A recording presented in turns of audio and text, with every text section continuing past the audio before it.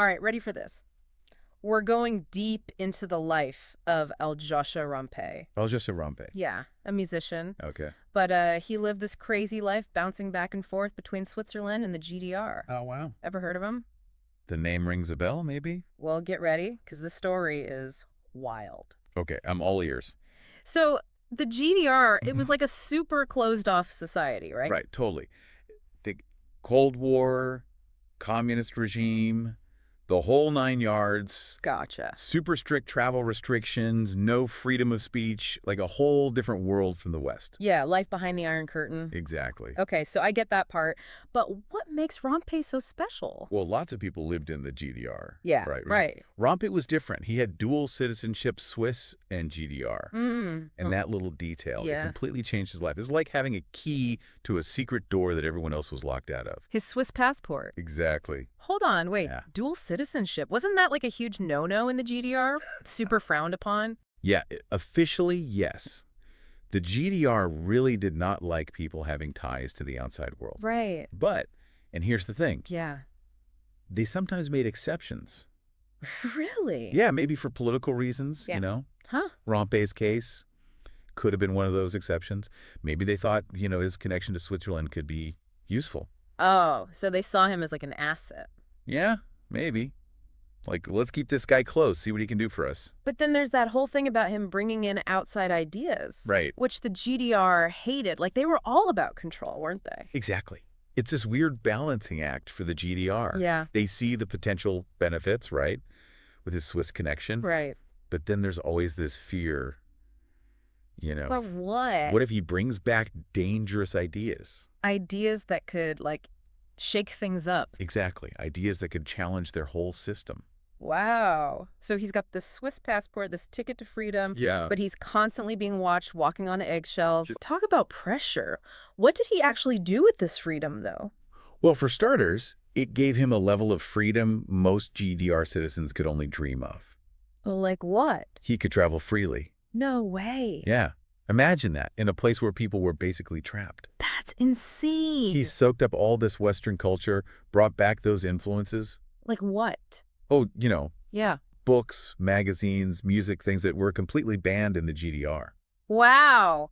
He was like a cultural smuggler. Yeah. Sneaking in these glimpses of a different world. The world beyond the Iron Curtain. Exactly. I bet the GDR wasn't too happy about that. Well, think about it. He was bringing back books like George Orwell's 1984. Whoa.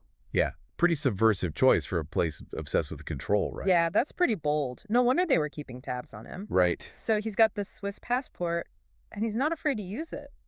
Did he just take off whenever he felt like it? Well, he did travel a lot. Yeah. That's for Yeah. sure. But there's this one detail that always makes me wonder. You see, his first Swiss passport, Mm-hmm. the one he waited 2 years to get, 2 years. Yeah. Wow. it was only valid for a single year. Wait, seriously, only 1 year? Yep.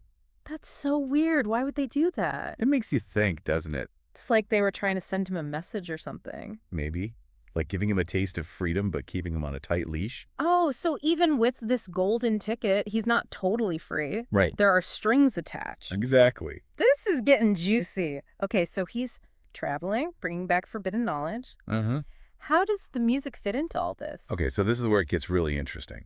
Okay. You've got this punk rock scene bubbling up in the GDR. Punk rock behind the Iron Curtain. Yep. Okay, now that's a story I gotta hear. So picture this. It's the 80s, Okay. East Berlin. Yeah. And amidst all the gray conformity, you hear this raw, explosive sound. Oh, I like where this is going. That's Feeling B, Feeling B. Romp's band. Rompe's band. Yeah. And they were like a bolt of lightning Really? in the GDR's carefully controlled atmosphere. Okay, I'm officially hooked. Feeling B, punk rock rebels in the heart of the GDR. Yep, that's them. Tell me more. What were they like? What kind of music did they play? Imagine like a fusion of Western punk. Okay. Think the Ramones, the Clash, Gotcha. but with this raw, almost desperate energy. Born from living in that kind of restrictive society. Exactly. Their music was loud, fast, and full of social commentary. Not exactly what the GDR wanted its youth listening to. Not at all. So they're singing about freedom and rebellion Yeah. while living in a place where that's a big no-no. They were brave, weren't they? I bet their concerts were wild. Oh, let's just say they weren't your average sing-alongs. What do you mean? People went wild at their shows. Like how? Moshing, shouting, letting loose all that pent-up frustration. Wow, sounds intense. It was more than just music, you know. Yeah. It was an outlet, a way to rebel against the monotony and control. Wow, that's powerful. It really was. Music as a form of resistance. Exactly. But hold on, didn't you say someone from Rammstein was in Feeling B? Oh, yeah. Paul Anders. No way. He played guitar. That's crazy. Can you imagine? What? Him, back in the day, rocking out in some dingy East Berlin club with Rompe. It's a side of him most people probably wouldn't recognize. I know, right? This is blowing my mind. So Rompe is playing a part in shaping the early days of a future Rammstein member. Yeah, pretty cool, huh? His influence goes way beyond just Feeling B then. For sure. But how did they get away with it? The GDR wasn't known for tolerating dissent. It's fascinating, isn't it? Yeah. They were walking a tightrope, basically. Pushing boundaries. Yeah, but always aware of the potential consequences. Makes sense. There's this story about a concert they played in Dresden. Oh, yeah. The place was packed, energy was electric, and they were really going for it, you know, pushing the limits. Yeah. Suddenly, the power cuts out. No. Dead silence. Oh, man. That's intense. What happened? Did the Stasi shut them down? Well, that's what everyone thought was happening, right? The crowd's getting restless.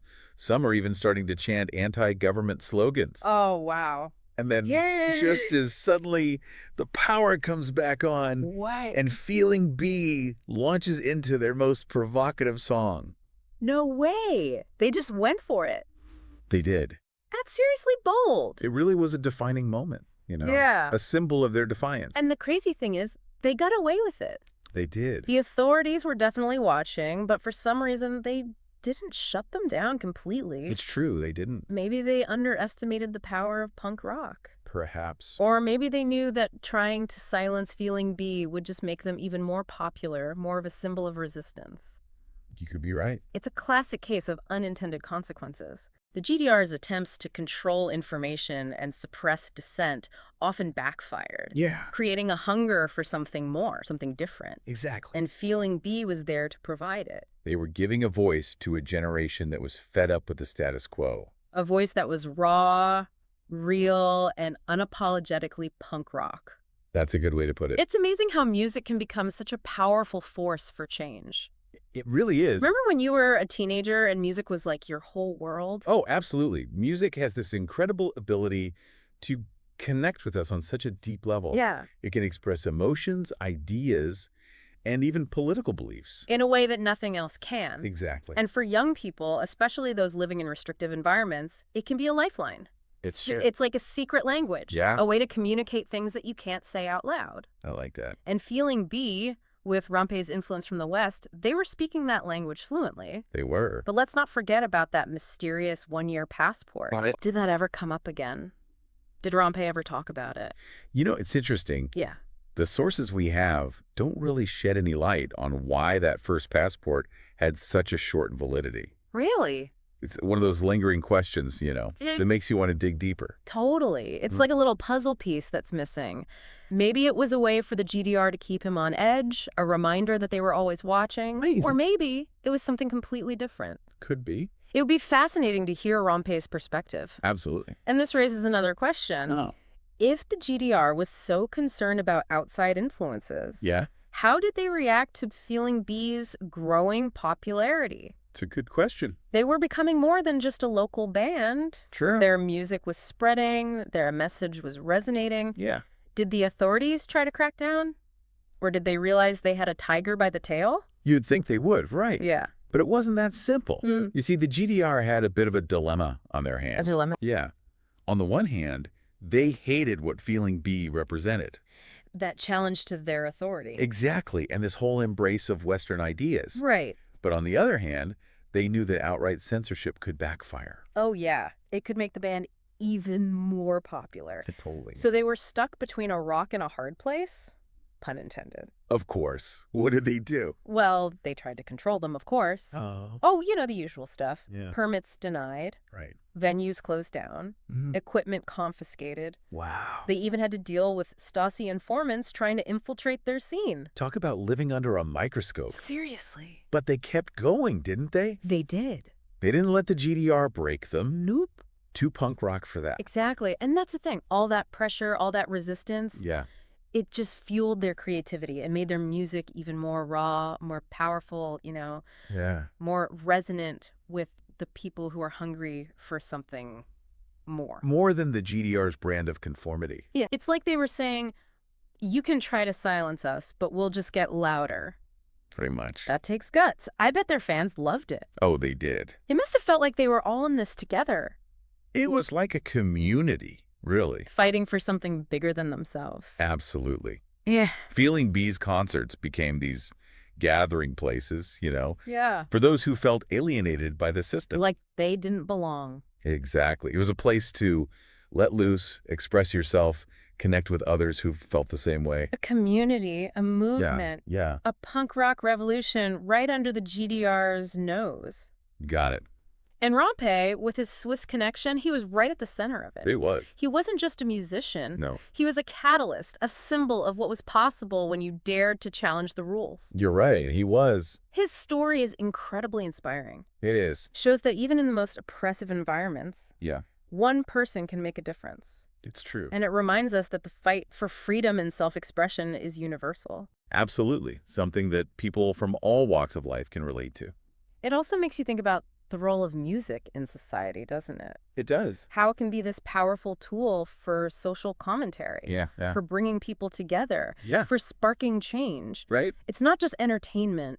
It's more than that. It's a language that transcends borders and ideologies. I like that. It's a language. And it's a language that Romp spoke fluently. He did. And through Feeling B, Yeah. he helped to translate that language for a whole generation of East Germans, A generation that was hungry for something different. giving them a voice, a sense of hope, and a taste of freedom. And even though Feeling B eventually disbanded, Ah. their legacy lived on.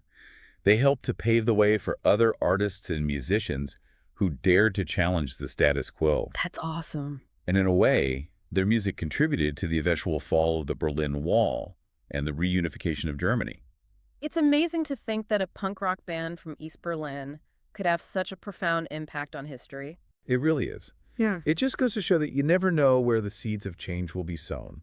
And Romp's story is a reminder that those seeds can come from the most unexpected places. It's true. Here's this guy, Yeah. straddling two worlds, Two very different worlds. using his unique position to challenge a system that was designed to control him. A system that tried to silence him. And in the process, Yeah. he helped to change the course of history. It's pretty incredible, isn't it? It really is. His story is a testament to the power of individual action, Yeah. the importance of freedom of expression, and the enduring human spirit that refuses to be silenced.